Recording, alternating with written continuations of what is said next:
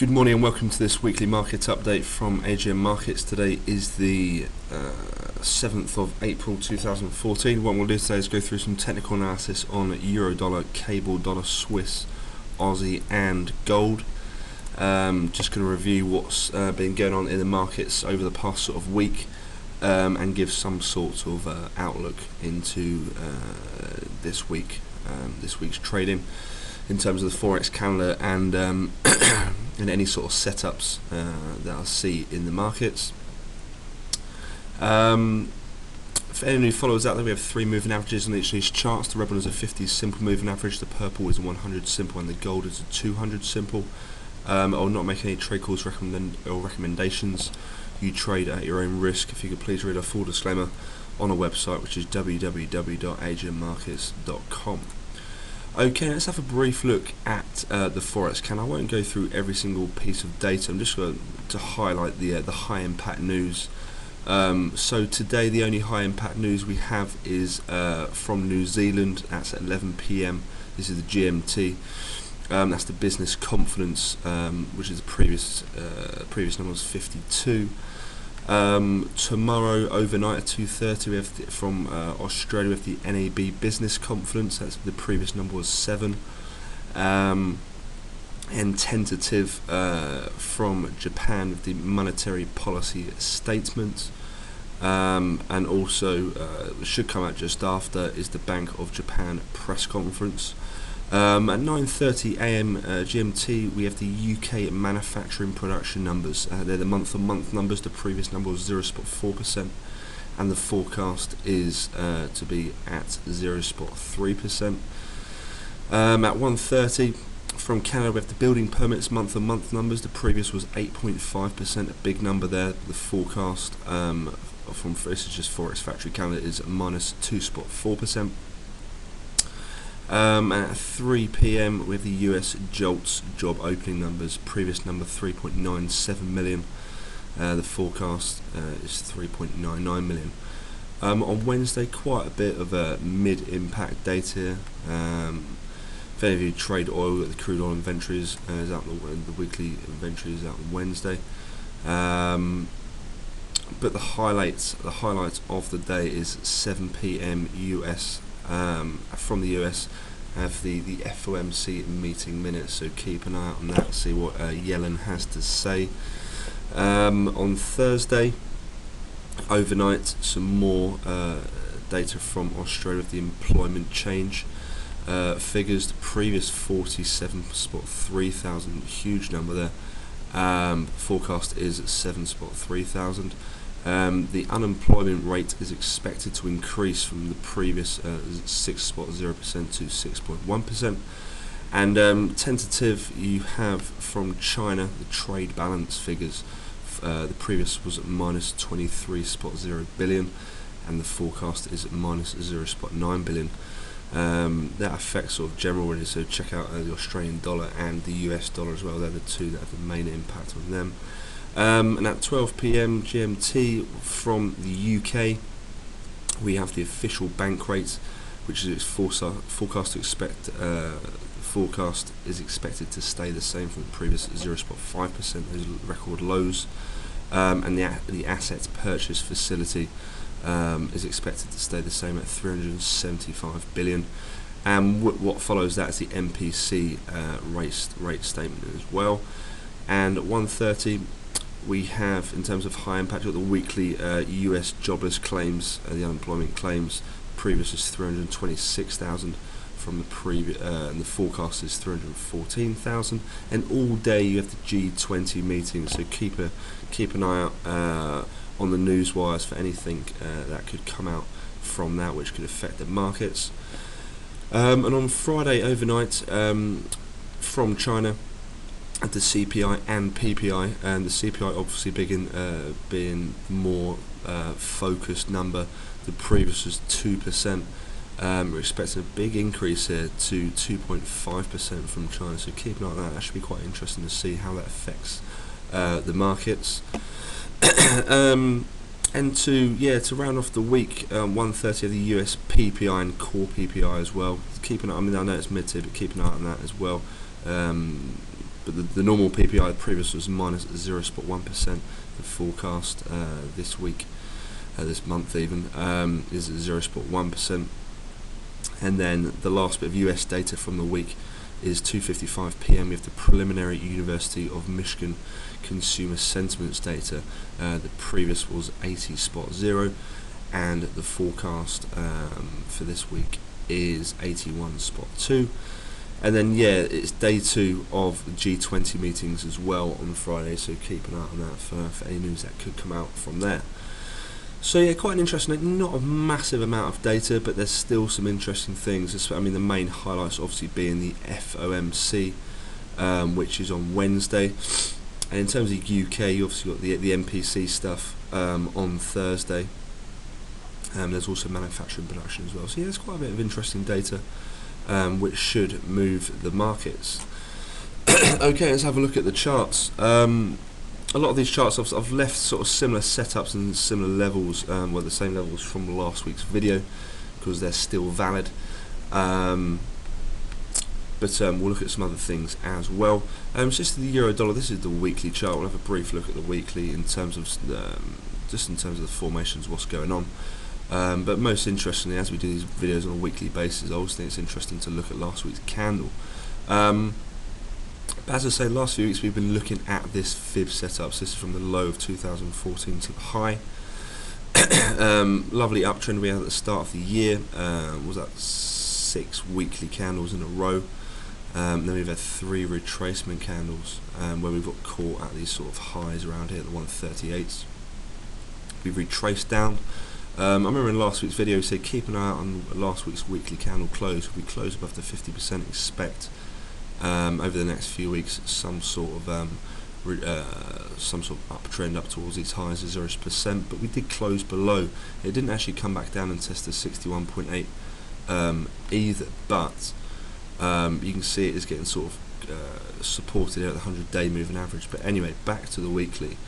So last week's, I mean, it looks like it's still retracing. What I would expect this week, in terms of this week, just in terms of the weekly chart, in terms of this current candle, I'd expect it to come back up, test this 50%, which is also previous resistance, and then perhaps come back down. But I wouldn't be surprised to see quite a bit of indecision this week.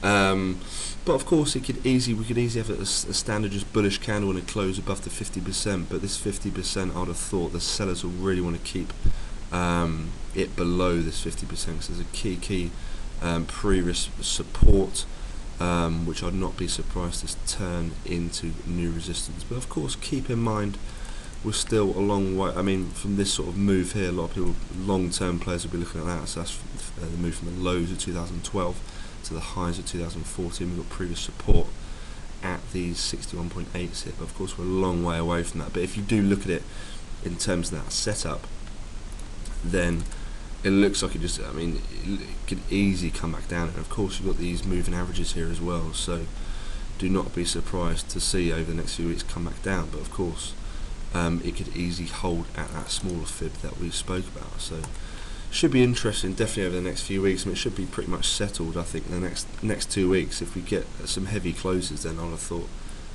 would not be surprised to see some sort of healthy retracement down towards that bigger fib. Anyway, let's look at the daily. So we've been speaking about this fib. I'll leave this the same. We'll be looking at this for the next sort of couple of weeks, I'd have thought.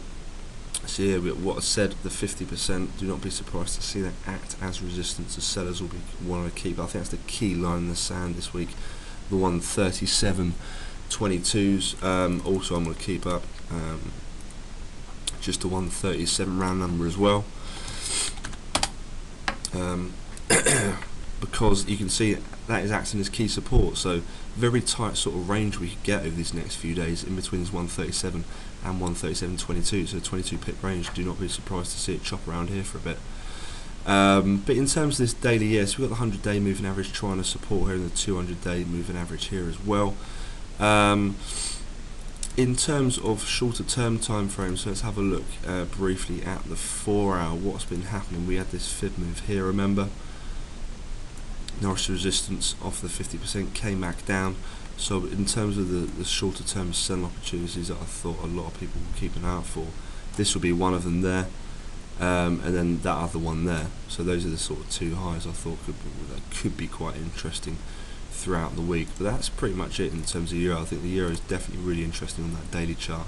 You can see 137's key line in the sand there, and don't forget the 137.22s as well. So that 137 is a massive level. You can see big resistance around here to the left, and you can see it's acting as nice support around here as well. Also, don't forget the 61.8 on this, which is at 136.65s, acted as previous support around here and previous resistance around here as well. So keep an eye out on that. Should be a really interesting week on this euro.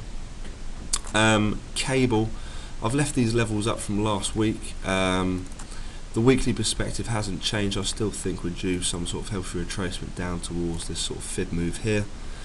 Of course, it doesn't have to. It could keep on just being bought up off of these key levels. I'm going to delete these two actually, because they're not these small ones here. I mean, we could bring it back up, but in terms of just this weekly chart, this is the only thing that I'm purely focused on, to be honest with you. This 162.65 is massive level here, because it's the key line in the sand from 2012. Big resistance there, and you can see it's already acted as decent. Well, it's big resistance in 2012 and 2013, and it's acted as decent support in 2013 and 2014 as well. So massive level. But you can see in terms of last week, I mean, a couple of weeks ago, that bullish candle there, a lot of people thought now we're going to pop, but you can see it's still struggling at these highs. And I mean, we've had such a big uptrend on this from 2013. It's just, in my opinion, I think it's the more obvious move is for it to come back down to a healthier level, and yeah, I just think we should get some sort of retracement, definitely down towards these 162.65s, I'd have thought, but of course it doesn't have to. But yeah, in terms of the weekly, that's they're the two main things I'm keeping an eye out for. On the daily, still keep this fib up, but the other moves we've been speaking about and what are in focus and still in play is this move here. So the aggressive buyers trying to keep cable up, bought it off that 61.8%, remember, and they're trying to grind it higher, but the sellers are capping it at the counter move, which is that one there. You can see off this 61.8, it's pretty much to the pip, trying to grind it lower. But then if you want to flip it to even smaller time frame charts, so the 4 hour, the aggressive buyers are looking at this move here. So off of the, can you see that clear on the daily? Yeah, you can see it's quite clear off the daily. You see it pretty much quite near to the pip there off this 61.8. So it's a smaller fib, a fib within a fib technically, because it's within this move here, remember. So yeah, the buyers playing that fib will also be looking at this one, I'd have thought as well. And yeah, looking to grind it higher, so keep an eye on that. I mean, it is sort of struggling. You can see at the 50% here actually, which is also previous support. So previous support around there, you can see where I'm hovering over the cursor, could be acting as new resistance here on this 4 hour and trying to bring it lower. But they're the fibs and the interesting moves, I think. Of course, keep an eye out on the key round numbers as well. So what do we have around here? Well, in terms of just round numbers, just look at it in terms of support and resistance. So let's turn those into blues there, just in terms of normal support and resistance lines. Two key levels there, and it's currently going in between this range. So you got 166.75s and 164.75. So that's a 200 pip range there that we're currently trading inside. So that's another thing to keep an eye out for. Okay, let's have a look at the dollar Swiss. I've left this up from last week because nothing has changed really. So that's, I mean, it's the same on the weekly as well. So fib from year high to year low. We spoke about on euro dollar. Obviously, these two have been sort of mirror image charts for some time now. The fib on the euro is from the year low to the year high. So on the dollar Swiss, the mirror image, we're looking at the fib from the year high to year low. And you can see we're currently getting held at the 50% retracement of this move. We spoke about the last sort of few weeks. We've had these bullish candles. You said the odds are just that it wants to grind towards this 50%. We've got this this move towards the 50%. You can now see it starting to get a bit of retracement already this week. But keep an eye on this 0.89, huge level. You can see that was the big support in 2013. Could it be acting as new support as well? So you can see this weekly candle is already doing a sort of mini retrace. I would not be surprised to see it just bounce off of this 0.89s and just rotate towards this 50-week moving average here on this weekly chart. If we flip it towards the day, I'm just zoom back out now in towards the day, you can see it a bit clearer there. And what is really interesting, I think, is we have this 100-day moving average, which is flattening up at this 50%. So, and also you have to bear in mind on this dollar Swiss, these dips have been playing out so nicely. So remember, you had this move here off the 50%. Classic fib move, and then if you extend your low and then extend the high back down to the next dip off the 61.8, we rotated towards the downside, and then back there if you just extend the low to the 50%, we're grinding lower. So all those fib, I mean, what was that, 3 or 4 fibs there, been playing out very, very technically. So this is the next one, and once again it's acting very nicely off the 50%, and you've also got a bit of confidence with the 100-day moving average. So don't be surprised to see it grind lower this week. But I think the thing that's really going to stop that is the 0.89 handle, big level there. So they're the two things that I'll be purely looking at. To be honest with you, I mean, if you want to have a look at smaller time frames, for example, the 4 hour here, in terms of sort of buying opportunities, I would expect a lot of people will be looking at this move here. So this small dip from the lows in April to the highs, well, it's pretty much the low of last week to the high of last week. You've got the 89 there, which also coincides that period of resistance there.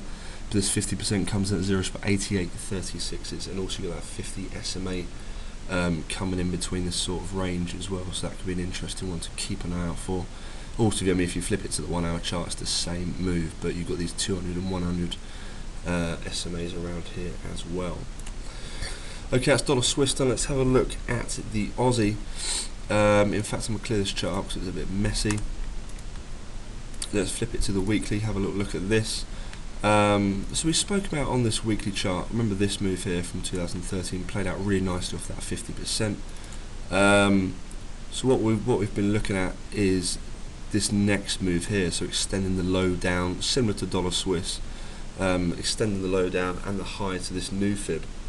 But you can see it's just blasted through this 50% already. And actually, interestingly, if you look at last week's candle, you can see we got above this and we came back down, but surprise, surprise, instead of acting as resistance, it's acted as support, this 50% retracement, and it's nice support with confluence as well at the 50-week moving average. So it looked to me, in terms of this weekly chart, I mean, yes, it could come up to 61.8 and then reverse, but I would not be surprised to see it grind up towards this bigger 50% here, or even just the resistance, which was around here at the previous 50%. And also bear in mind these weekly moving averages as well. I mean, charts do tend to want to come back. Price does tend to want to come back to these moving averages. So don't be surprised to see it come up and test perhaps the 100-week moving average.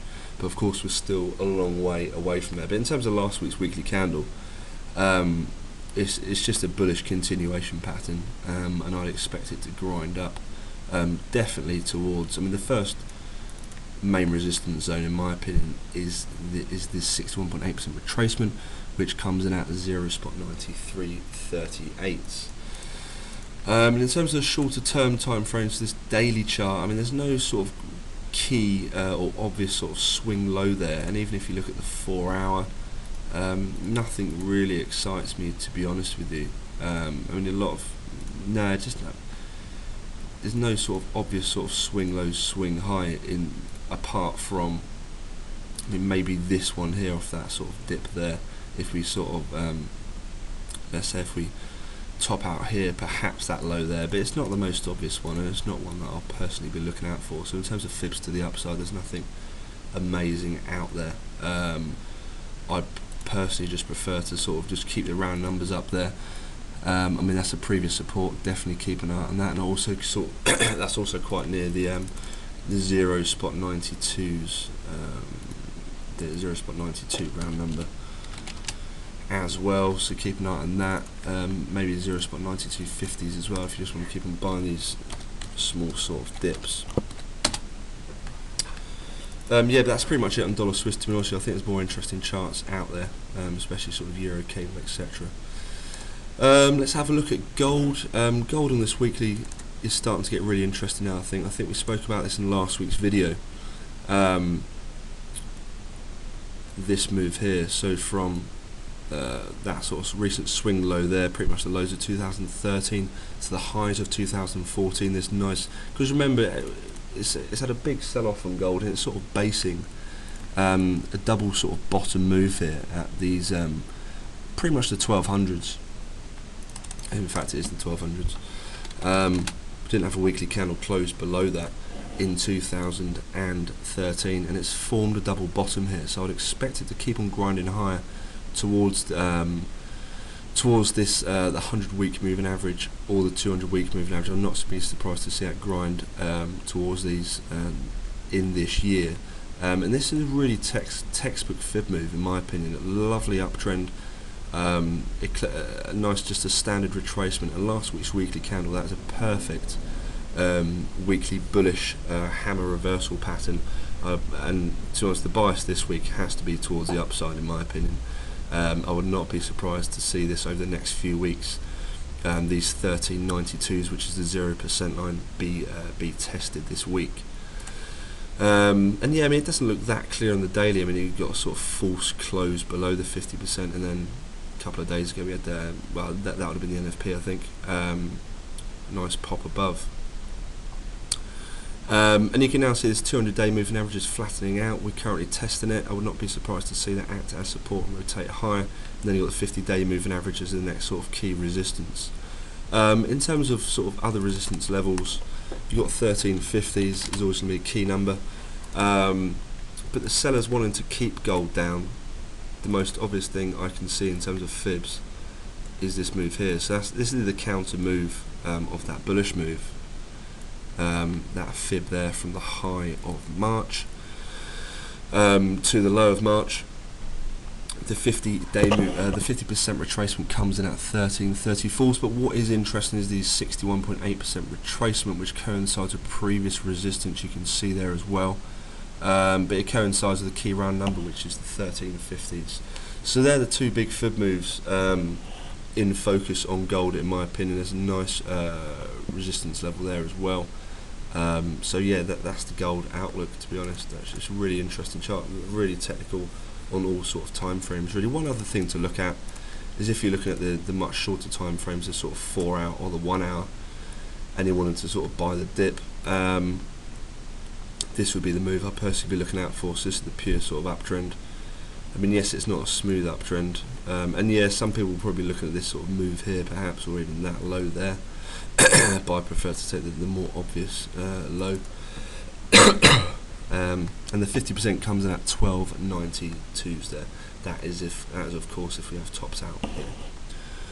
Okay, and that's all for today. Hope you found that video useful. If there's any other pairs that you want me to have a look at next week, then feel free to comment under the YouTube channel, which is AGM Markets, or our Twitter feed, which is at AGM Markets.